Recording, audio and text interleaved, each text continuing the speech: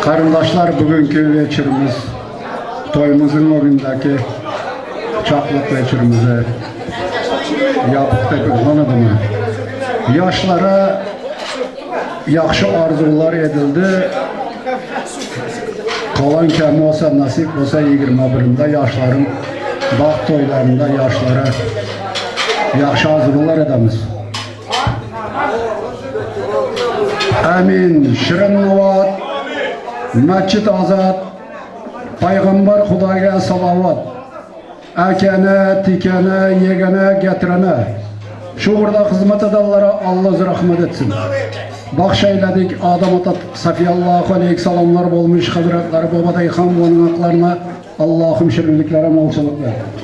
Allah'ım yaşlar, baxtlı olsunlar, taxtlı olsunlar, kök çağalı olsunlar. Nasip eylese bu ilişkiler yaşlarımızın çağalarının toyunda hammalarımıza katlaşmaklık nasip etsin. Kiçkine toyumuzu yapıp da ıqlanadıman.